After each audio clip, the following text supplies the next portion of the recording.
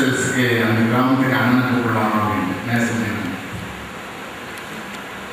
நேற்று பேசிட்டு நேற்று பேசிட்டு இருந்தேன். ஸோ என்னை அப்படிலாம் பேசிட்டு போவேன். நிறைய பேர் இருக்காங்க, அவங்க கலந்துக்கிறேன். தயவுசெய்து எனக்கு அறிந்து கருவூர்களுக்காக ஜெபம் பண்ணுங்க. நான் சொன்ன காரணத்தை இல்லையா சொன்ன மாதிரியே சொல்றேன். இல்லையா நான் சொன்னதை மக்களப்பா அப்படின்னால நான் செஞ்சதை மக்கள் பண்ணேன். இல்லையா சாலையை போட்ட பிற்பாடு என்ன சொன்னாரு? நான் சொன்னதை ஐயோ பைபிள் ப்ரீச்சர்ஸ் நான் சொன்னதை மறந்துடாதனால நான் செஞ்சதை மறந்துடுறேன். ஐயோ நான் செஞ்சதை மறந்துடாத. நான் என்ன செஞ்சேன்னா எளிய வாய்க்கிறது உண்மை சொல்ல, ஊழியத்துக்கு வாழணும்னு சொல்ல, இந்த மாதிரி ஊழியம் செய்யணும்னு சொல்ல, என்னுடைய இடத்துக்கு வாழணும் எளிய ஒரு வார்த்தை சொல்ல. செஞ்சதெல்லாம் என்ன சாலை கொண்டு போய் மேலே போட்டாரவெல்லாம் போட்டுவிட்டு நான் போய் அப்பா அம்மாவுக்கு ஒரு முத்தம் கொடுத்தேன். ஐயா சொல்றாரு, எலிசா முத்தமட்டி வர சொல்லும்போது ஐயா சொல்றாரு, நான் செஞ்சது ஞாபகம் வச்சுக்கேன். தயவுசெய்து எல்லாம் நான் சொன்னது ஞாபகம் வச்சுக்கேன். Keep the standards, it will strengthen you. Keep the standards. ஜெபம் பண்ணுவோம். உங்களை பரந்தருமே இதை விட நல்ல ஒரு சாமி ஆண்டவரே. அண்ணன் ஒரு பொழுதும் மனசில் சலித்து அல்லது சோர்ந்து இழைத்து களைத்து இருந்ததாக இந்த 70 வருஷத்தில் நான் பார்க்கல. அதுக்கு மாதிரி இன்னும் கூட அவங்க சிஸ்டர் ஒரு 10-15 வருஷம் இருந்தால் கூட அவங்களுக்கு அதே சேவை செஞ்சிருப்பாங்க. அது கர்த்தருடைய சேவை.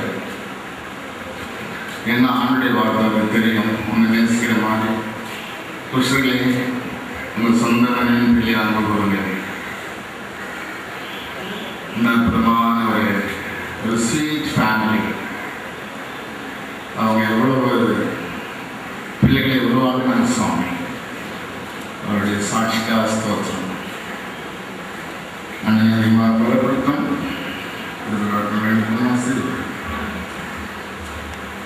தொடர்ந்து சொந்த பந்தங்களையும் விசுவாசிகளையும் உடைய காரியம் பலப்படுத்த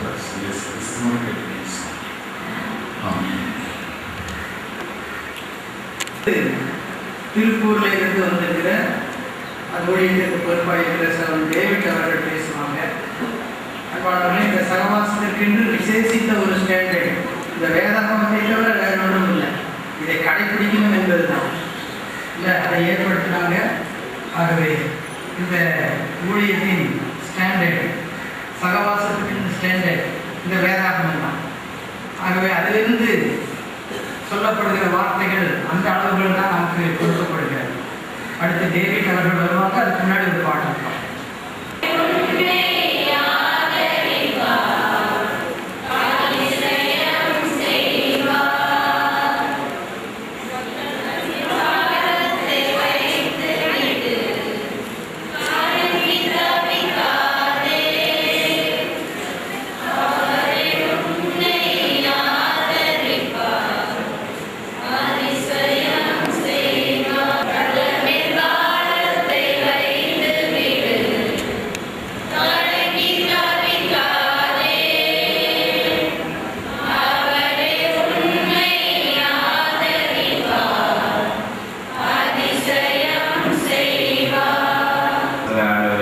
ஏற்றுக்கொண்டு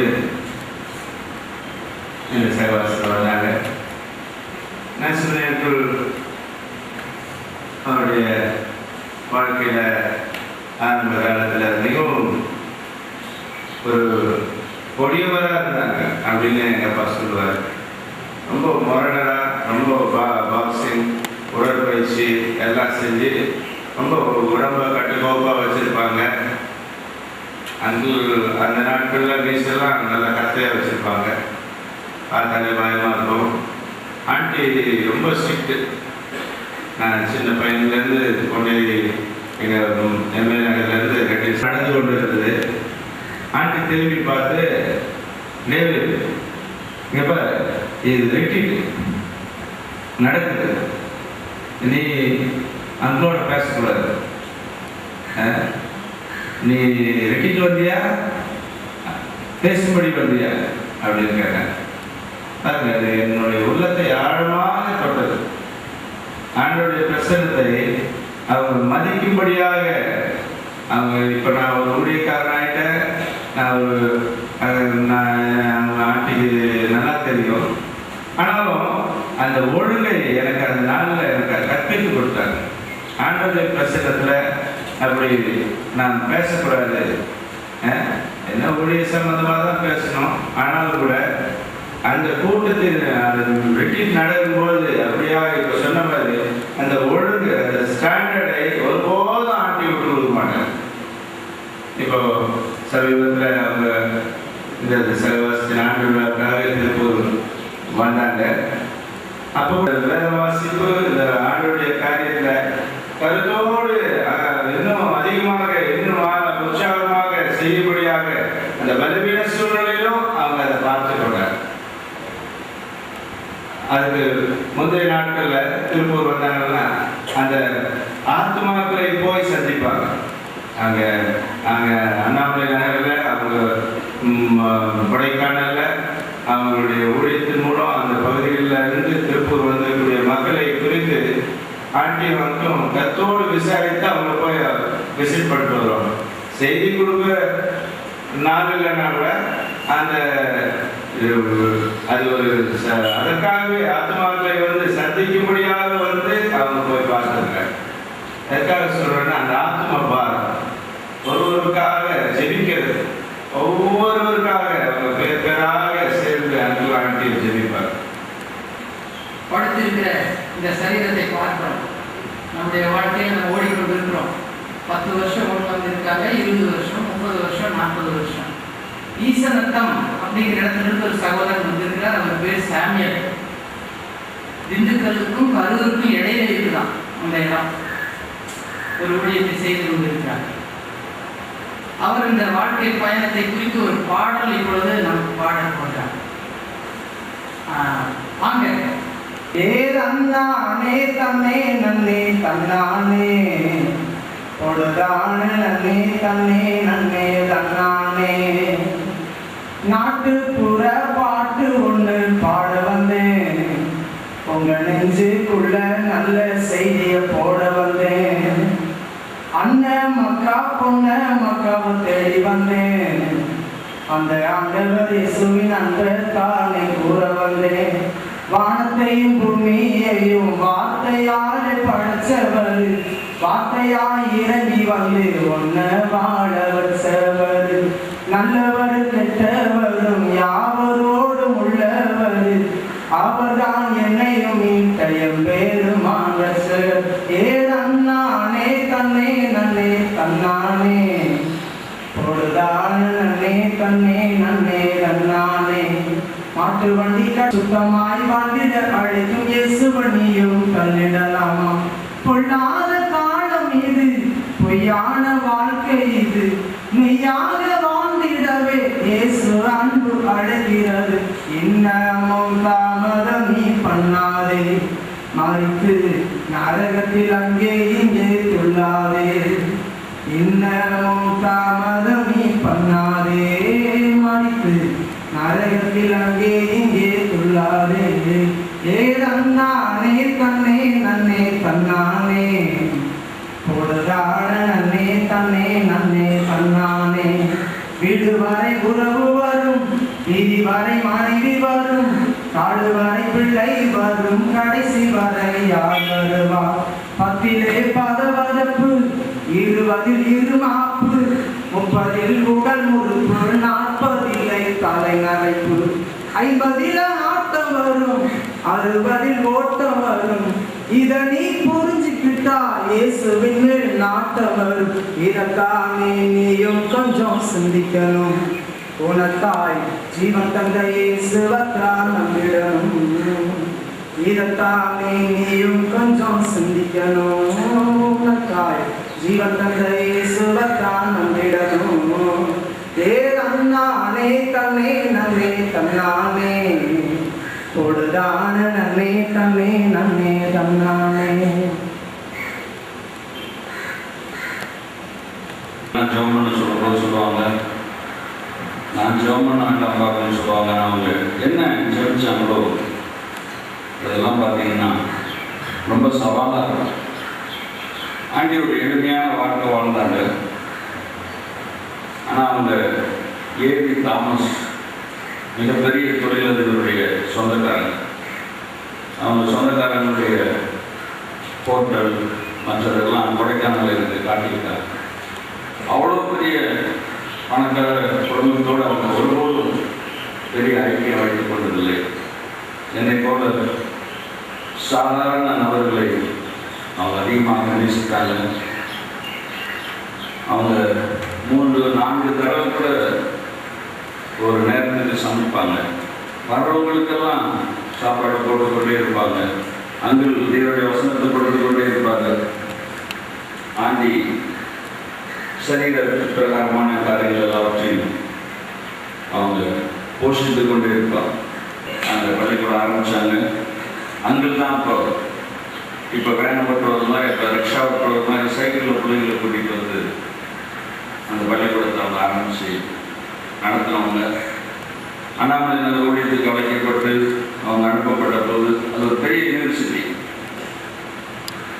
ஒரு நாள் இப்போ ஜோ சொன்னார், நேசத்தை ரொம்ப படிக்கலை, ஆனால் அவரிடத்துலேருந்து வந்திருக்கக்கூடியவங்களாம் நிறைய பொறுப்புள்ள மக்களாக, ஒரு ஊழியத்தை தாங்கக்கூடிய மக்களாக, அந்த யூனிவர்சிட்டியிலேருந்து இத்தனை வருஷம் அவர் அவ்வளோ பேரை ஆண்டவர்களை கொண்டு வந்திருக்கக்கூடியவராக இருக்கிறதாக அவர் மிக பெருமிதப்பட்டார். அவரை பார்க்கும்போது அப்படின்லாம் சொல்ல மாட்டார், ஆனால் ரொம்ப சந்தோஷப்படுவார். அவரால் கிட்டத்தட்ட 20க்கும் மேற்பட்ட வாலிபர்கள் உருவாக்கப்பட்டு தமிழ்நாட்டின் பல இடங்களில் ஒருவர் அமெரிக்காவிலும் ஒருத்தர் வடநாட்டில் உதவி செய்து கொண்டு வருகிறார். ஆண்டி கிட்டத்தட்ட அவங்களும் 20க்கும் மேற்பட்ட பெண்களுக்கு ஆண்டவர்களை கொண்டு வந்தாங்க.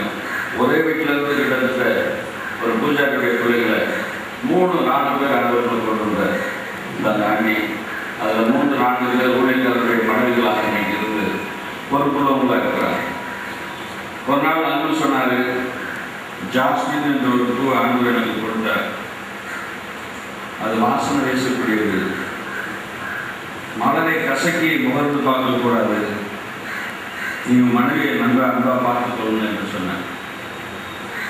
அன்பானவர்களே, நமக்கு அது ஒரு கடினமான காரியமாக தோன்றினாலும் அவர் அனுபவித்த அந்த கஷ்டங்கள் எல்லாம் நான் பார்த்துருக்கேன்.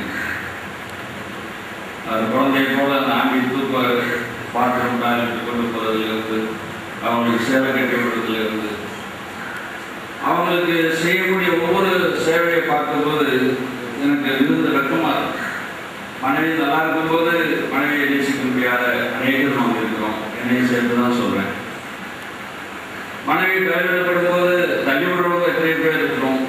அன்றைக்கி போய் உங்கள் வீட்டில் பார்த்துக்க, அல்லது உங்கள் அண்ணன் இருந்தால் அவனை கவனிச்சிக்கணும். நான் உனக்கு எவ்வளோ நாள் தான் உன்னை தாங்குறது, நீ என்ன தாங்குறது, உனக்கு கல்யாணம் பண்ணா நான் உன்னை தாங்கனால முடியாது என்பதாக சொல்லக்கூடிய எவ்வளோ சகோதரர்கள் இருக்கிறோம். ஆனால் பிரதர் அன்பு அந்த மாதிரி நடந்து கொண்டது கிடையாது. அவர் சொன்னார், இதுதான் எனக்கு இப்போ கொடுத்த ஆண்டவருடைய ஊழியர்னு சொன்னார். ஊழியர்னா பெரிய பிரசன்னம், பெரிய கம்பீரம் என்பதாக நினைக்கிறோம். வீட்டுக்குள்ளே செய்யக்கூடிய அந்த ஊழியத்தை அநேகர் அறிந்திருக்கிறதில்லை. அங்கு விழாக்காரத்தில் இந்த டிஸ்கஷன் குரூப் எடுப்பார். எல்லாரும் அங்கே போயிடுவாங்க. மற்ற குரூப்பில் ஆளே இருக்க மாட்டாங்க. இப்போ ஜோகத்தை குறித்து ஒரு நாள் கம்ப்ளைண்ட் பண்ணாங்க. எல்லாரும் நேசமணி இருக்கிற குரூப்புக்கே போயிடறாங்கன்னு சொல்லி அவரும் உடனடியாக அவருக்கு ஒரு இதை கொடுத்து ஒரு சில கட்டுப்பாடுகள் இருந்துச்சார். அப்புறம் ஒரு நாள் வந்து அந்த டிஸ்கஷன் குரூப் வந்து பார்த்தேன்.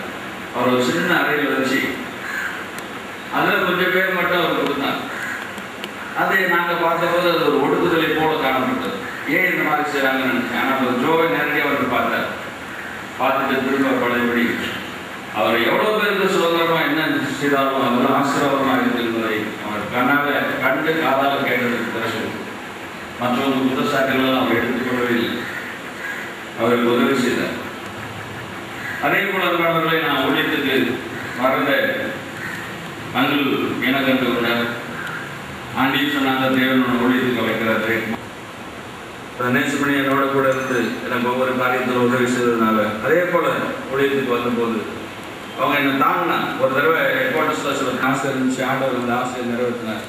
வந்து வியாழக்கிழமை ராத்திரிக்கு வந்து அவங்களோட தங்கியிருந்தேன்.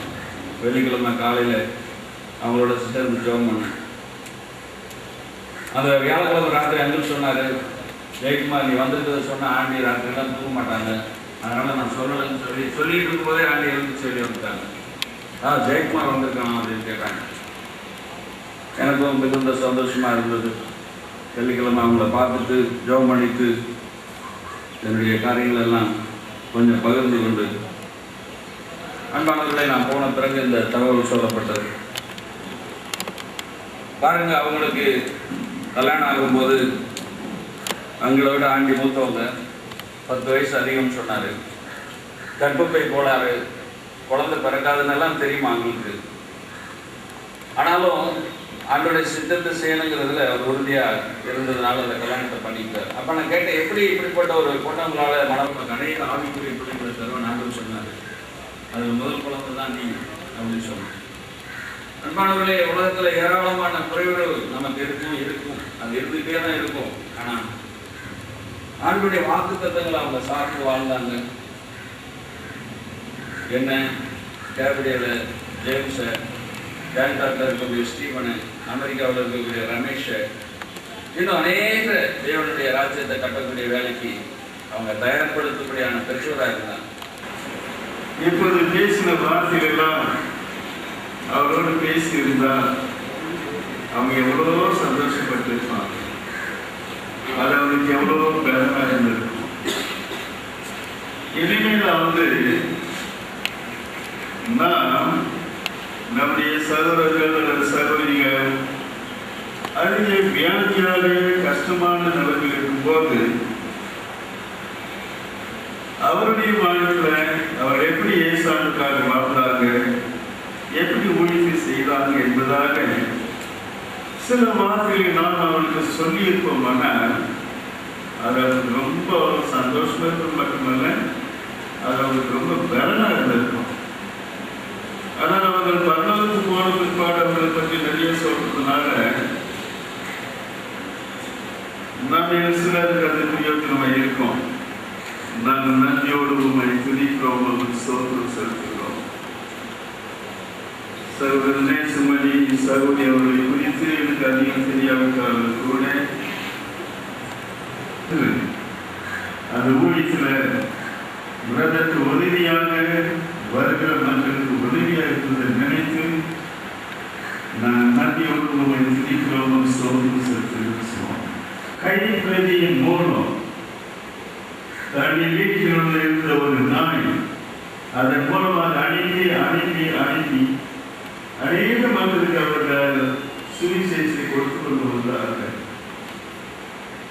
அவ்விதமாக சகோதரியும் அவருடைய நீதிகளில் வழிநடத்தும் சுவாமி எங்கள் சகோதரனை பலப்படுத்தும் மேற்கொண்டு அவர் மக்கள் இன்னும் அதிகமாக உழைக்க அவர்களை பார்க்கும் பொழுது அவர்கள் சிரித்து அந்த சிரிப்பானது என்னுடைய வாழ்க்கையில் ஒரு ஈர்ப்பை எனக்கு கொண்டவர்கள்.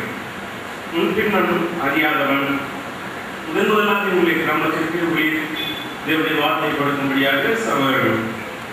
ஆனால் நான் போன பொழுது அவங்களுடைய பிரசங்கத்தை நான் கேட்டேன், தேவனுடைய செய்தியை கேட்ட பொழுது அது எனக்கு ஒரு மிகவும் பயமாக இருந்தது. சகோதரன் டேவிட் சொன்னது போல ஆண்டவருடைய வார்த்தையில எந்த விதமான கலப்படமான உபதேசம் இல்லாதபடி அவர் வல்லமையாக படுத்த பொழுது ஐயோ இவ்வளவு பயங்கரமா இருக்கிறாரே அப்படின்னு சொல்லி நான் என்ன செய்தேன், ஒரு சில வாரங்கள் நான் போகிறத நான் நிறுத்திட்டேன். ஆனால் மீண்டுமாக எங்களுடைய கிராமத்துக்கு திரும்ப அங்கலாட்டி வந்தாங்க. எங்களை அதிகமாக நேசிப்பாங்க, உட்கார்ந்து இருப்பாங்க. அந்த காட்சியெல்லாம் மறக்க முடியாது. நாங்கள் எத்தனை மணி ஆனாலும் சரி, நாங்கள் வந்த பிற்பாடு தான் எங்களோட பேசி ஜெபம் பண்ணி எப்படி இருக்கீங்க எப்படி எல்லாத்தையும் சொல்லுவாங்க. அடுத்ததாக தேவனுடைய வசனத்தை எங்களுக்கு அதிகமாக கற்றுக் கொடுத்தாங்க. காலையில் ஒரு ஆராதனை இருக்கும், நாங்கள் நைட்டு படுக்கும் பொழுது உபவாச ஜெபம் முடிஞ்சு திரும்ப எங்களோட ஜெபம் பண்ணுவாங்க. அதன் பாடு சகோதரன் ஜெயக்குமார் சொல்ற மாதிரி அவருடைய சக்தி சோயாவில் அவர் வேலை செஞ்சதுனால அவர் ரொம்ப லேட்டாக வருவார், 2 மணி 3 மணி எங்கெல்லாம் படுக்க சொல்லுவாங்க அங்கலாண்டி. ஆனால் அவங்க என்ன ஜெயக்குமார் வர வரைக்கும் அவருக்காக காத்துக்கிட்டே இருப்பாங்க. அவர் வந்ததுபாடு அவரோட கூட பேசி ஜவம் பண்ணதுபாடு திரும்ப படுப்பாங்க. திரும்ப காலையில் 5 மணிக்கு தான் என்ன எழுதிச்சுவாங்க. அங்கே எழுந்திரிச்சு எல்லாம் சில வேலையெல்லாம் செஞ்சு எங்கே ஒரு 6 மணிக்கு எழுப்புவாங்க. அந்த நேரத்தில் எழுதுறதுக்கு ரொம்ப கஷ்டமாக இருக்கும். இந்த வாலிபத்தில் என்ன தூக்கத்துக்கு ரொம்ப வாழ்க்கையில் நான் வந்து கற்றுக்கொண்டேன். ஏன் இது சொல்கிறேன்னா, இன்றைக்கு எத்தனையோ விதங்களில் அவங்க போதிப்பாக காட்டில் அவங்களோட வாழ்க்கையில் அவங்க வாழ்க்கை நடைமுறை வாழ்க்கையை என்னோட பேசினர். நான் ஊழியத்துக்கு நான் அழைக்கப்பட்ட போது நான் ஒரு ரோமன் கத்தரிக்கப்பட்டிருந்ததுனால ஒவ்வொரு மணிக்கு ஆண்டவர்களாக இன்றைக்கு உலகம் பிரகாரம் ஒரு பெரிய ஒரு ஆசீர்வதிக்கப்பட்ட ஒரு நிலைமையில் இருக்கிறதுனா அவருடைய அன்பும் அவருடைய ஜெபமும் தான். அவர்கள் கண்டிப்பை காட்டிலும் அவருடைய வாழ்க்கையில அன்பு எங்களை மேற்கொண்டது. ஆனால் ஊழியத்தினுடைய ஆண்டவருடைய காரியத்தில் அன்பு ரொம்ப ஸ்ட்ரிக்டா இருப்பார். அப்போ நான் போன பொழுது நான் அந்த ஊழியத்துக்கு போன தேதியும் அன்பருடைய பிறந்த நாளும் அது ஒரே நாள் எனக்கு அதுக்கப்புறம் எனக்கு கடிதம் எழுதினாங்க. அதிகமாக அந்த நாட்களில் ஒவ்வொரு வாரம் அந்த நாட்கள் இந்த மாதிரி செல்போன் ஃபெசிலிட்டிஸ் கிடையாது. அதிகமான ஃபோன் வசதி அந்த அளவுக்கு நம்ம பண்ண முடியாதோ அல்லது எனக்கு டைம் இருக்காதோ அப்படின்னு சொல்லிட்டு அவங்க உடனே அதையும் சேர்த்து அனுப்புவாங்க. அப்படிலாம் எங்களை நேசித்து எத்தனையோ நாளில் எனக்கு உதவி செஞ்சாங்க. அவங்களுடைய வாழ்க்கையானது நம்மளும் அவனுடைய ராஜ்யத்தில் உழைக்கணும் அப்படின்னு இன்னும் அதிகமாக என்னை வந்து அனுப்புலாக கொண்டு வந்தது. என்னுடைய குடும்பத்துக்காக அதிகமாக ஜெபித்திருக்காங்க. அதிகமாக எனக்கு சொல்லுவாங்க, எனக்கு ஜெபம் பண்ணும் போதெல்லாம் கலப்பின் மேலே நீ கை வச்சிருக்கிற ஒரு பொழுது மகனை நீ பின்னிட்டு நீ பார்க்கக்கூடாது, என்ன வந்தாலும் நம்ம ஆண்டவர் நம்ம நோக்கி நம்ம பார்க்கணும் அப்படின்னு ஆண்டவருடைய வசனத்தை அப்படியே தண்ணீர்ப்பாங்க. எங்கே எந்த பக்கத்தில் எது இருக்குன்னு பற்றி பற்றி கரெக்டாக எங்களுக்கு எல்லா கேள்விகளுக்கும் எங்களுக்கு பதில் சொல்லுவாங்க. நல்ல அவங்களுடைய வாழ்க்கை மூலமாக எத்தனையோ விதமான நன்மைகளை ஆசீர்வாதங்களை பெற்றுக்கொண்டோம். என்னுடைய குடும்பத்துக்கு ஆண்டி எத்தனையோ விதங்களை ஊருக்கு போயிட்டாங்க. அதனால பொன்னேரி மக்களுடைய சார்பாகவும் என்னுடைய சார்பாகவும் மிகுந்த வருத்தத்தையும் ஆழ்ந்த அனுதாபத்தையும் தெரிவித்துக் கொள்கிறோம். தொடர்ந்து நீங்கள் அதற்காக தொடர்ந்து நாம் ஜெபித்துக் கொள்வோம். கடைசியாக இந்த ஒரு வசனத்தை மாத்திரம் சொல்லி நான் முடிக்கிறேன். 1 கொரிந்தியர் 15 அதிகம் பேசாவிட்டாலும் ஒரு சில வார்த்தைகள் மட்டுமாவது நமக்கு அவங்களை குறித்து பேசுவாங்க. ஒரு பல்லவி பாடம். அடுத்து நம்முடைய பிரதான ஆராதனை வடக்கு ஆராதனை ஆகியவற்றை இருக்கிறது. அதிலும் உங்களுடைய உறவினர்கள் பேசுவாங்க. பின்னர் வெட்டியும் வந்த பிற்பாடு நாம் ஆராதனை முடித்து கல்லறைக்கு செல்ல இருக்கிறோம். ஆகவே ஒரே ஒரு பல்லவி தயவுசெய்து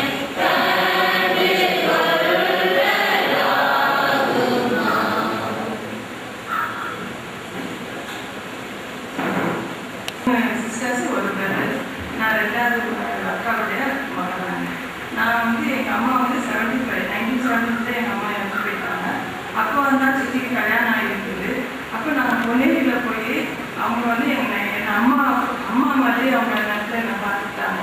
அப்போ கொஞ்ச நாள் இருந்தோம். அந்த ஸ்கூல் தொடங்குற நேரத்தில் அந்த நேரத்தில் எல்லாம் வந்து அந்த ஸ்கூலில் எல்லாத்தையும் நான் கொஞ்சம் அவங்களோட சேர்ந்து ஹெல்ப் பண்ணிட்டு இருந்தேன். இப்போ ரொம்ப நான் அம்மா மாதிரி நேசிச்சு என்னை பார்க்குறவங்க எல்லாம் அவங்க அம்மாவா அப்படி எல்லாம் கேட்குற அளவுக்கு அந்த மாதிரி இது பண்ணாங்க.